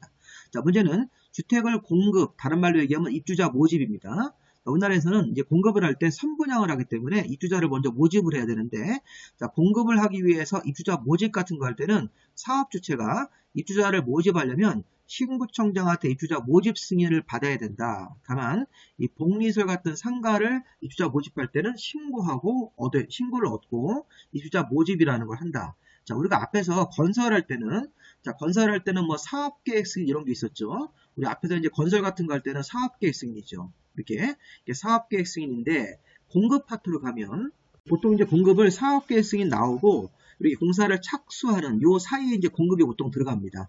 모델하우스 줘가지고 이제 공급하는 거 생각하시면 되겠습니다. 보통 사업계획 승인을 받고 나서 입주자 모집 승인을 얻어가지고 이제 공급 절차로 들어가는데, 자, 주택을 공급하는 경우에, 즉 선분양으로 입주자들을 모집을 하는 거죠. 입주자 모집 같은 거 할 때 사업 주체가 입주자를 모집하는 경우에는 시군구청장한테 가서 사업계획 승인이 아니라 입주자 모집 승인이라는 걸 받아야 됩니다. 그래서 우리가 주택 같은 것들에 입주자를 모집, 우리나라는 이제 선분양을 하죠. 청약통장 가입해서 가점제 점수 같은 걸 매겨가지고 그 순서대로 입주자 같은 것들을 모집을 받아서, 만약에 이제 청약 경쟁이 있었을 때, 자, 시군구청장한테 입주자 모집 승인을 얻고 하는데, 다만 복리설 같은 상가를 분양할 때는, 상가 같은 거 입주자 모집을 할 때는 이제 신고입니다. 자, 그리고 또 하나, 사업주 중에서 국가나 지자체, 토지공사나 지방공사, 공공이 50% 이상 출자한 부동산, 여기 투자회사는 이 공기업이라든가 행정청은 이 사업주체가 입주자 모집 같은 거 할 때 승인을 받지 않습니다. 자, 그런데 여기 공공주체를 제외한 나머지 사업주체가 주택의 입주자를 모집을 하고자 할 때는 시군구청장한테 입주자 모집 승인을 또 받아야 됩니다. 그리고 복리설 같은 거 상가 분양할 때는 신고사항입니다. 문제 풀 때 한번 해볼 겁니다. 자, 그 다음에 이제 우리나라는 분양가 상한제라는 걸 합니다. 자, 분양 가격을 주변 시세보다 낮게 분양을 해서 이 분양가 상한제로 이렇게 주택을 공급받으면 시세 차익을 이렇게 잠재적으로 갖고 있다가 몇 년 지난 다음에 이걸 팔아서 시세 차익을 챙길 수가 있죠. 서민들한테 주택을 싸게 공급하는 건데, 이제 이런 게 조금 이제 문제가 있습니다. 이게 주변 시세가 15억짜리 아파트를 만약에 뭐 10억이라든가 이렇게 분양을 하면 5억이란 차익을 분양받은 사람들한테 이게 그냥 넘겨줘 버리는 겁니다. 이게 분양받을 때 강남이라든가 서초에서 이렇게 비싼 아파트를 분양가 상한제로 공급을 하다 보면 돈이 있는 사람들이 보통 분양받을 텐데, 돈 있는 사람한테 또 추가로 돈을 얹어주는 효과가 있기 때문에 이런 분양가 상한제는 좀 이렇게 우리 좀 서민들, 경제적으로 좀 이렇게 여유가 안 되시는 서민들 상대로 이렇게 해야 되지, 이렇게 강남이라든가 서울 어떤 비싼 그런 데는 분양가 상한제가 좀 이게 부작용이 많다라는 여론도 있습니다. 잘 생각을 해보십시오. 자, 여기서 중요한 건 그게 중요한 게 아니라 시험에는 이 분양가 상한제라는 게, 자, 지금 다음호는 하나의 지역에서 신규로 공급하는 공동주택입니다. 기존 주택은 분양가 상한제랑 전혀 관련이 없고, 신규로 공급하는 공동주택은 이 조회에서 산정되는 분양가격 이하로 공급한다. 이 분양가라는 게 뭐 주변 시세를 조사해서 뭐 시세 뭐 80% 이런 식으로, 시세 70% 이런 식으로 싸게 주는 거죠. 경우에 따라서 우리 세종시 같은 경우는 주변 시세보다 한 50% 가격으로 분양을 해서 그 분양받은 일부 공무원들이 굉장히 큰 혜택도 보셨고 이렇게 했습니다. 지방으로 좀 내려가는 취지로 이렇게. 다음 중요한 건 뭐냐면, 분양가 상한제는, 이 분양가격 제한제도는 공공택지에서 신규로 공급하는 공동주택 분양가 상한제를, 이건 전면 시행입니다. 자, 근데 보세요. 공공택지에서 신규로 공급하는 공동주택은 분양가 상한제가 전면 시행인데, 공공택지 외의 택지도 국토부 장관이 주거정책심의위원회 심의를 거쳐서 투기과열지구라면 분양가 상한제를 또 할 수 있다는 겁니다. 자, 공공택지 외의 택지라고 하더라도 국토부 장관이 별도로 심의를 거쳐서 해당 지역이 투기과열지구면 분양가 상한제를 할 수가 있다는 겁니다. 민간택지도 이런 조건이 맞으면 분양가 상한제를 하는데, 이 분양가 상한제를 하기 위한 이 세부 요건이 여기 오른쪽에 있습니다. 자, 요게 이제 그대로 시험 문제입니다. 자, 우리 공공택지 외의 택지에서, 자, 국토부 장관이 심의로 주거정책심의위원회 심의 거쳐가지고 여기가 투기과열지구에서 법정된 요건이 맞으면 분양가 상한제를 시행할 수 있다. 자, 분양가 상한제 할 때 여기 동그라미 1번, 동그라미 2번, 동그라미 3번 같은 걸 좀 보시면서 이걸 이제 가로놓기로 이렇게 만들어 놓고 시험 문제를 여기다 무슨 숫자를 넣을 거냐 이렇게 문제를 냅니다. 그리고 법정된 지역이 뭐냐면, 자, 분양가 상한제를 정하는 날 직전으로부터 소급해가지고 12개월간 아파트 분양가 상승률이 2배를 초과한 경우, 12개월간 자, 아파트 분양가 상승률이 이 2배를 초과한 경우, 그렇게 3개월간을 소급해서 직전월로부터 3개월 정도로 소급해가지고선 주택 매매 거래량이 전년 동기에 비해서 20% 이상 증가한 경우, 그 다음에 또 2개월 정도를 조사해가지고 직전월로부터 2개월 정도로 소급해서 조사해가지고 주택의 월평균 청약경쟁률이 청약경쟁률은 모든 주택의 청약경쟁률이 5대1을 초과하거나 국민주택 규모의 주택의 월평균 청약경쟁률이 10대1을 초과했을 때, 그리고 굉장히 좀 어렵습니다. 이 부분이. 분양가 상한제를 정하기 위해서 이런 세부 조건이 맞으면 공공택지, 외의택지도 분양가 상한제 정할 수 있는데, 일단 보십시오. 12개월간 2배 이렇게 외우시면 됩니다. 12개월간 2배, 3개월간 주택 매매 거래량이 20% 이상 증가, 3개월 20%, 2개월 동안 5대1, 10대1을 초과한 경우, 이런 것들은 조금 이제 보기가 좀 편합니다. 그래서 2개월간 전체 주택의 월평균 청약경쟁률이 5대1을 초과하거나 국민주택 규모의 주택을 조사해서 이런 것들이 월평균 청약경쟁률이 10대1을 초과했을 때, 그러면 이게 동그라미 1번이나 동그라미 2번이나 3번 같은 거에 맞으면 공공택지, 외의택지도 분양가 상한제라는 걸 할 수 있다는 것입니다. 시험에서는 12개월 동안 2배, 여기 12라는 이자를 따서 2배 이렇게 3개월간 20%, 2개월간 5대1, 10대1 이런 식으로 한번 이렇게 눈여겨보시기 바랍니다. 자, 그 다음에 이제 분양가 상한제를 하면 주변 시세보다 싸게 분양하는 거죠. 사업 주체는 굉장히 좀 손해를 많이 봅니다. 손실을 많이 보죠. 우리가 보통 아파트가 15억짜리가 주변 시세면 15억에 분양을 해야 되겠죠. 근데 분양가 상한제를 했을 때 우리가 기본적으로 뭐 10억이라든가 이렇게 싸게 분양하기 때문에 사업 주체는 어떤 손실이 생길 겁니다. 우리가 이제 분양가 상한제를 적용받지 않는 주택도 있습니다. 자, 분양가 상한제에서 제외한다는 것은 사업 주체한테 이건 정상적인 분양가로 분양을 해라. 주변 시세에 맞춰서 도시형 생활주택, 경제 자유구역에서 여기 위원회가 별도로 인정해서 심의 같은 것들을 받은 경우, 심의 의결을 받은 경우, 그래서 경제 자유구역에서 심의 의결을 한 그런 주택들, 도시형 생활주택, 관광특구에서 50층 이상, 자, 관광특구에서 150m 이상으로 짓는 것은 약간 이제 부유층들한테 공급을 하고, 경제 자유구역도 또 외국인들한테 분양을 하고, 도시형 생활주택 같은 경우 이런 것들은 분양가 상한제를 적용하지 않기 때문에 정상적인 주변 시세로 분양할 수 있다는 것입니다. 자, 그 밖에 이 토주택공사나 지방공사의 어떤 수익성을 만들어주기 위해서 토주택공사, 지방공사가 참여하는 공공정비사업도 약간의 수익성을 확보해주기 위해서 이런 소규모 2만 미만이든지 200세대 미만의 이런 소규모 사업을 공공정비사업으로 이 토지공사나 지방공사가 할 때도 분양가 상한을 적용하지 않고요. 자, 5번 잘 보세요. 자, 분양가 상한제 제외는 정상적인 주변 시세에 맞게 분양하는 건데 주거환경 개선 사업하고 공공재개발 사업을 할 때는 분양가 상한제를 적용하지 않고 정상적인 주변 시세에 맞게 분양하는데 여기 공공재건축이 없네요. 공공재건축이 없으니까 공공재건축 사업은 공공재개발과 다르게 분양가 상한제가 적용이 됩니다. 자, 1번, 2번, 3번, 4번, 5번 정도 읽어보시면 되겠습니다. 그 밖에 뭐 혁신지구 재생사업하고 도심 공공주택 복합사업도 분양가 상한제를 적용하지 않아서 사업 주체가 어느 정도 좀 이렇게 수입을 올릴 수 있게 해주는 겁니다. 자, 분양가 상한제에서 제외되는 것들, 이것도 좀 봐야 되겠습니다. 자, 그 다음에 이 공급질서 교란금지라는 거하고 저당권 설정 제한이라는 게 있는데, 이 공급질서 교란금지가 주택법에 따라서 주택을 받을 수 있는 증서나 지위를 양도, 양수, 알선 광고가 금지된다는 겁니다. 자, 이게 앞에서 우리 조금 배운 건데, 자, 주택조합에 주택을 공급할 수 있는 지위가 이게 바로 지역 직장조합원 지위.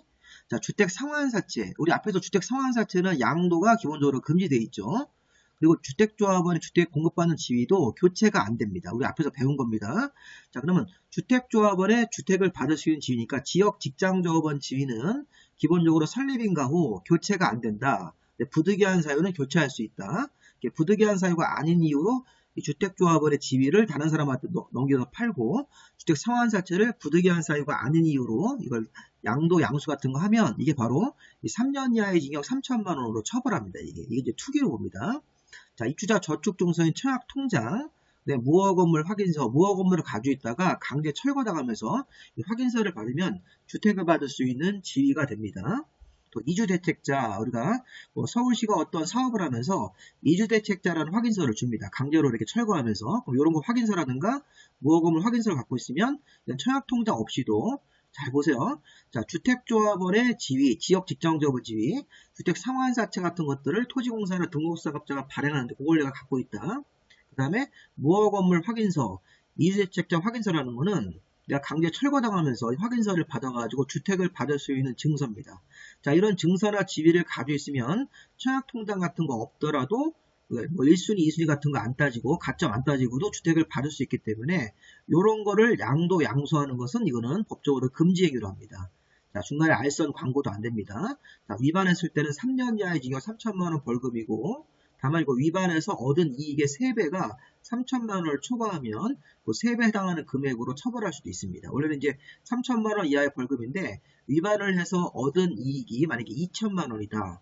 2천만 원의 세액은 6천만 원이겠네요. 6천만 원이 3천만 원을 초과하기 때문에 6천만 원으로 벌금형을 부과할 수 있다는 것입니다. 자, 그다음에 저당권 설정 제한은 건설회사인 사업주체가 일정한 기간 동안 지어지고 있는 주택이나 대지를 상대로 저당권 같은 담보물권을 설정해서 돈을 빌려 쓰고 그러면 안 된다는 겁니다. 자, 저당권 설정 제한은 사업주체 의무고, 사업주체가 저당권 설정을 위반했을 때는 2년 이하의 징역 2천만 원 벌금으로 처벌합니다. 자, 저당권 설정 제한에서 중요한 포인트는 뭐냐면 언제부터 언제까지입니다. 중요합니다. 자, 시점이 입주자 모집, 아까 여기 보시면 입주자 모집 같은 거 하기 위해서 여기 승인 신청이라는 걸 해야죠. 입주자 모집을 하려면 신구청장한테 승인을 신청한 날로부터 자, 끝나는 날이 입주자 모집 공고, 여기 입주자 모집을 위한 승인 신청일로부터 자, 그 다음에 끝나는 날이 소유권 이전 등기. 자, 소유권 주택이나 대지가 이게 다 사업이 끝난 다음에 소유권 이전 등기라는 걸 해갑니다. 분양받은 사람들이. 그 이전 등기를 신청할 수 있는 날 이후 60일까지는 입주 예정자 동의 없이 지어지고 있는 주택이나 이 대지에 대해서 저당권 같은 담보물권을 설정한다든가, 자, 전세권, 지상권 등기되는 임차권 같은 이런 제한물권 같은 걸 설정한다든가, 용익물권, 자, 매매나 증여 같은 행위를 해서는 안 됩니다. 자, 건설회사가 이거 이중으로 매매하면 안 되죠. 이미 분양을 했는데 입주예정자가 분양받기로 되어 있는데 이걸 딴 사람한테 또 매매하면 안 되는 겁니다. 그래서 이런 것들은 입주예정자들이 피해보는 행위이기 때문에 1번이나 2번, 3번 같은 행위를 해서는 안 되는데, 자, 중요한 건 이겁니다. 자, 이게 사업주체가 언제부터 입주자 모집 공고를 위한 승인 신청을, 입주자 모집을 위한 승인 신청입니다. 승인일이 아닙니다. 입주자 모집을 위한 승인 신청일로부터 소유권 이전 등기를 신청할 수 있는 날 이후 60일까지 이런 행위를 해서는 안 된다. 입주예정자 동의 없이. 네, 다만 여기서 주택조합일 때는 입주자 모집 승인 신청이 아니라 사업계획 승인 신청으로 좀 바뀝니다. 그래서 입주자 모집 승인 신청이 아니라 주택조합일 때는 사업계획 승인 신청일로 바뀌어서 이거 시험 문제 한번 나왔던 것들입니다. 이렇게 보시면 되겠고. 자, 주택법의 이제 뒷부분 보시면 투기과열지구하고 뭐 조정대상지역이라는 게 마지막으로 나올 수 있습니다. 자, 우리 투기과열지구나 조정대상지역이라는 데가 기본적으로 주택 가격이 좀 급등을 하기 때문에 이렇게 규제지역으로 묶여서 뭐 세금을 좀 과하게, 세금을 좀 세게 부과한다든가 대출 같은 걸 막 줄이고 또 이렇게 정비법에 가서 이게 재개발, 재건축 같은 것들에 어떤 조합원 지위에 이전을 못하게 하고 그런 것들이 이제 투기과열지구인데 중요한 건 뭐냐면 이런 거예요. 투기과열지구는 주택법에 따라서 지정을 하는데 자, 지정권자가 이게 2명입니다. 여기 투기과열지구가 이제 영어로 투 이렇게 해석을 하셔가지고 자, 국토부 장관 시도지사가 주택가격 안정을 위해서 주거정책심의위원회 심의 거쳐가지고 투기과열지구를 지정 해제할 수 있고 이 조정대상지역은 이 국토부 장관만 이 조정대상지역이라는 걸 심의를 거쳐서 정할 수 있습니다. 자, 둘 다 공통점은 투기과열지구는 지정권자 2명이고 조정대상지역은 지정권자가 1명밖에 없는데 국토부 장관으로 공통점은 반기마다 국토부 장관이 투기과열지구 지정 유지 여부를 재검토하고 이 조정대상지역도 반기마다 조정대상지역의 유지 여부를 재검토하도록 되어 있습니다. 자, 그러면 투기과열지구 같은 경우는 시험 문제에서 뭐가 나올 수 있냐면 지정권자가 나오고 반기마다 재검토한다는 규정도 있는데 이 투기과열지구 지정 대상이 이게 이제 시험 문제입니다. 동그라미 1번, 동그라미 2번, 동그라미 3번입니다.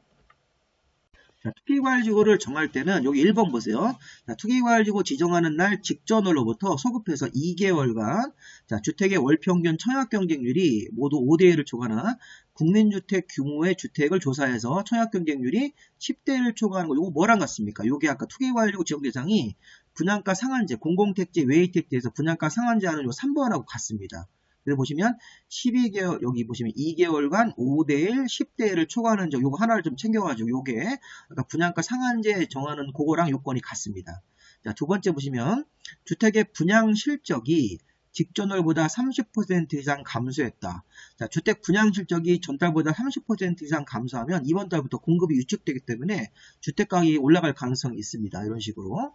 또 그다음에 이제 3번에 보시면 시도별 주택 보급률, 자가주택 비율이 전국 평균 이하 이렇게 주택 보급률이 전국 평균 이하면 주택이 많이 부족하다는 얘기죠.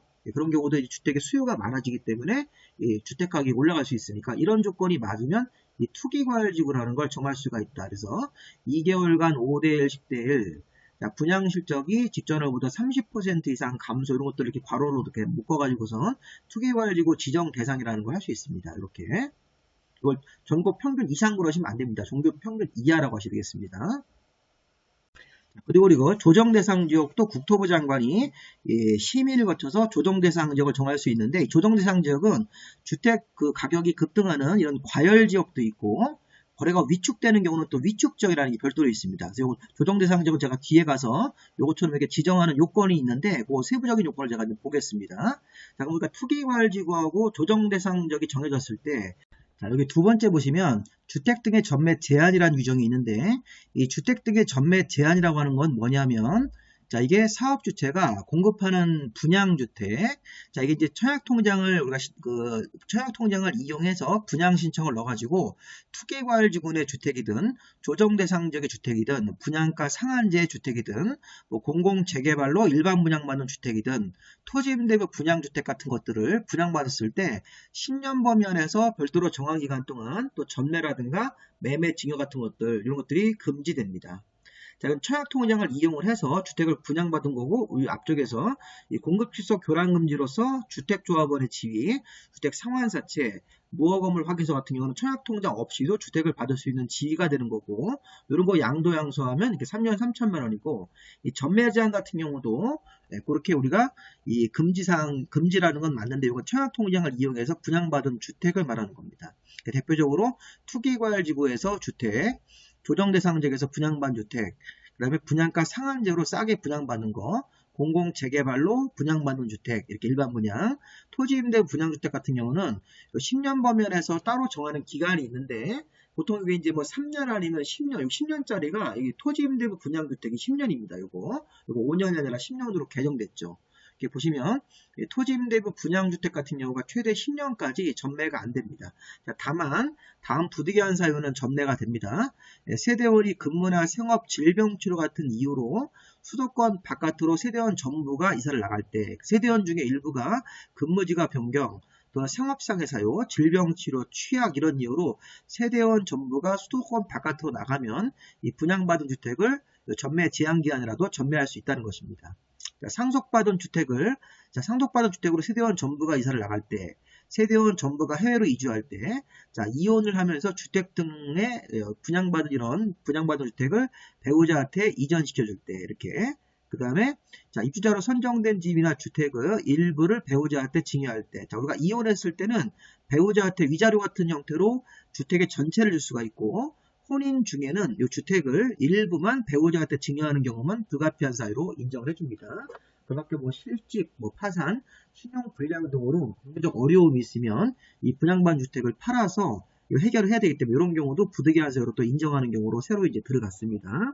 자, 그래서 우리가 전매 제한 기간에서 이 토지 임대부 분양주택이 전매 제한 기간이 10년이고 여기 투기과열지구에서 수도권일 때는 3년, 조정대상 지역에서도 과열지역에서 수도권일 때는 3년 이렇게 돼 있고 분양가 상한제 주택도 공공택지에서 수도권일 때는 3년, 수도권 외의 지역은 1년 이런 식으로 되어 있는데 여기 전매 제한 기간이 이 토지임대부 분양주택 같은 경우는 10년간 전매가 금지되는 경우로 가장 길게 잡혀 있습니다. 자, 전매 제한 기간이라도 이런 사유가 있을 때는 또 불가피한 사유로 이전이 또 가능하다는 것도 좀 보시고요.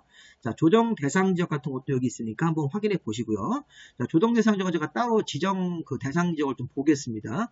아까 투기과열지구에서 2개월간 5대1, 10대1 주택의 분양 실적이 30% 이상 감소한 지역들 직전월보다 그 다음에 주택 보급률이라든가 자가주택 비율이 전국 평균 이하 이런 게 투기과열지구를 정할 수 있는 요건이고 이 조정대상 지역도 과열지역이라든가 위축지역 나눠서 이 조정대상 지역을 정할 수가 있습니다. 그리고 여기 마지막으로 보시면 거주 의무 기간이라는 게 있습니다.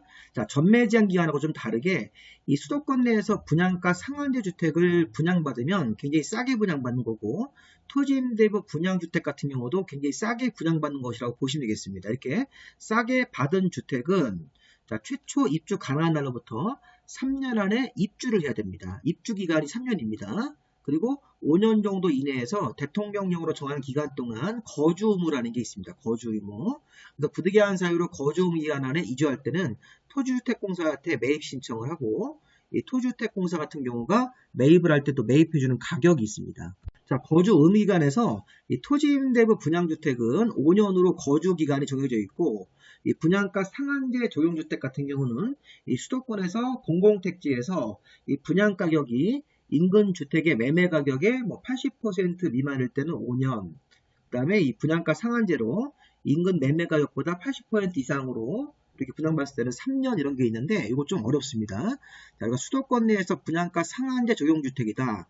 수도권에서 분양가 상한제인데, 이 공공택지에서 자, 인근 주택 매매 가격보다 80% 미만으로 아주 싸게 받았을 때는 5년간 전매 여기 거주 의무 기간이 발생하는 거고, 80% 이상으로 요거 제가 보충 설명을 좀 드리겠습니다. 요거 자, 이 부분이 이제 우리가 거주 의무 기간인데, 자, 관련해서 요거 보시면요, 아까 분양가 상한제 조용주택하고 토지임대 분양주택은 싸게 분양받기 때문에 거주 의무기간이라는 게 잡혀 있습니다. 자, 전매 제한 기간 말고 거주 의무기간이라는 게 있는데, 자, 이게 수도권에서 분양가 상한제, 서울, 인천, 경기도 같은 수도권에서 분양가 상한제로 싸게 받았을 때는 이 공공택지에서 이 분양가가 인근주택 매매 가격의 80% 미만으로 받았을 때, 예를 들어서 인근주택 매매 가격이 만약에 10억인데 80% 미만으로 해가지고 7억 이런 식으로 7억 5천 이렇게 싸게 받았을 때는 차익이 많이 생겼으니까 5년간 거주 의무 기간이라는 게 있고, 자, 공공택지에서 분양가격이 인근주택 매매가격보다 80% 이상으로 좀 높게 분양받았을 때,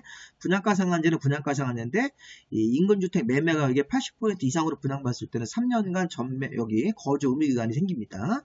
토지임대 분양주택 같은 경우는 5년간 거주 의무 기간이라는 게 있는 거고요. 이런 식으로. 다시 돌아와서 이 거주 의무, 자, 수도권 내에서 분양가 상한제로 싸게 받은 주택, 자, 토지임대부 분양주택 같은 경우는 싸게 분양받기 때문에 여기 입주자가 해당 주택의 최초 입주 가능한 날로부터 3년 안에 먼저 입주를 해야 됩니다. 입주 기간은 3년을 주는 겁니다.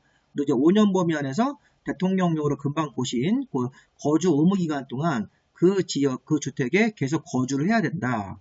자, 부득이한 사유로 거주 의무 기간 안에 이주할 때는 토지주택공사한테 매입을 신청하도록 되어 있습니다. 자, 거주 의무 같은 걸 이행 안 했을 때도 이렇게 처벌조항 같은 게 있으니까 보시면 되겠고요. 자, 그리고 아까 우리 거주 의무 기간은 아까 우리 보셨죠?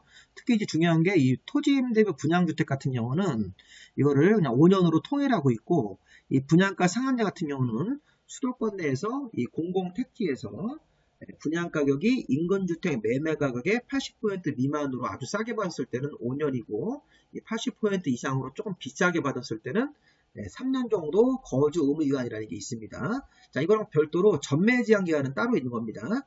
이 전매 제한 기간은 별도로 있고, 이 전매 제한 기간 할 때 토지임대부 분양주택 같은 경우는 이 거주 의무기간 말고 전매 제한 기간이 10년으로 잡혀 있고, 나머지는 여기 투기과열지구든 조정대상지역이든 분양가 상한제 이런 것들은 최대 3년까지 전매 제한 기간이라는 게 잡혀 있으니까 그런 정도 내용들 한번 보시면 되겠습니다. 자, 그런데 우리 조정대상지역이 과열지역하고 위축지역으로 나눠서 이것도 이제 지정대상의 세부 조건이라는 걸 한번 좀 보겠습니다. 자, 조정대상지역이 과열지역을 정할 수 있는 요 세부 요건들이 쭉 있네요. 보시면 요거 1번 같은 경우는 아까 또 나왔네요. 여기 2개월간 자, 주택의 월평균 청약 경쟁률 모두 5대1이거나 국민주택 규모의 주택의 청약 경쟁률이 10대1, 요거는 우리 아까 투기과열지구랑 같은 조건인데, 이 조정대상지역 과열지역은 여기 이제 3개월 정도로 서급해서 주택 가격 상승률이 자, 소비자 물가 상승률의 1.3배, 그래서 3개월 정도를 조사해서 1.3배를 초과하고 추가적으로 이렇게 1번이나 2번이나 3번이 맞아야 되기 때문에 이렇게 5대1, 10대1 요거 이렇게 초과한 지역들, 3개월간 분양가 전매 거래량이 30% 이상 증가한 지역들, 자가주택의 비율이 전국 평균 이하 이런 것들이 이 과열지역, 조정 대상 지역 중에서 과열 지역 지정 대상이니까 여기 보면 3자가 주로 많이 있네요. 3개월간 1.3배를 초과하면서 여기 5대1, 10대1, 2개월간 조사해가지고 3개월간 분양권 전매 거래량이 전년에 비해서 30% 이상 증가한 지역들, 자가주택 비율이나 주택 보급률이 전국 평균이야. 이거 아까 투기과열유랑 요건이 같습니다. 자, 그래서 이렇게 조정 대상 지역, 과열 지역이라는 게 있고 위축 지역, 위축 지역은 주택의 분양이나 매매가 위축되는 지역도 조정 대상 지역 중 위축 지역으로 정해가지고 할 수 있습니다. 이때는 6개월간 주택 가격 상승률이 올라간 게 아니라 마이너스로 떨어졌네요. 1% 이하로 이렇게 떨어졌다는 얘기입니다. 이게 6개월간 1% 이상 주택 가격이 하락을 했고 여기 3개월 연속 주택 매매 거래량이 자 여기 20% 이상 감소, 3개월 연속 미분양 주택 수가 전년에 비해서 이 2배니까 요거는 3, 2, 3, 2 나중에 시험 문제가 위축적으로 나오면 뭐 6개월간 1% 떨어지고 3, 2, 3, 2 이런 식으로 해가지고 한번 살짝 보시기 바랍니다.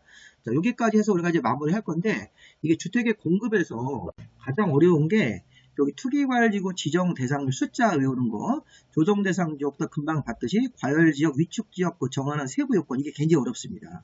그리고 이 공급에서 이 투기과열지구 조정 대상 지역을 포함해 가지고 이게 전매 제한기 여기 보시면 전매 제한 기간 못 파는 기간이 있습니다. 요거 그래서 여기 투기과열지구 조정 대상 지역 분양가 상한제 그 밖에 공공 재개발로 분양받는 주택들 그 다음에 여기 토지임대 분양주택은 자, 이게 전매 제한기한이라는 게 있어서 이 토지임대부 분양주택 같은 경우는 10년간 전매 금지고 나머지는 대부분 다 3년 정도 전매 제한기한이 가장 긴 건데 그거 말고 거주 의무기한이라는 게 따로 있죠. 거주 의무기한 같은 것도 있으니까 우리 그런 부분도 같이 보셔가지고 구별을 좀 해서 나중에 문제 풀 때 한번 다시 한번 연습을 해보겠습니다.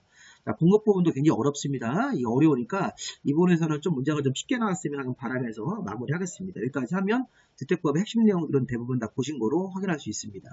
자, 여기까지 마무리하겠습니다. 자, 수고 많이 하셨습니다.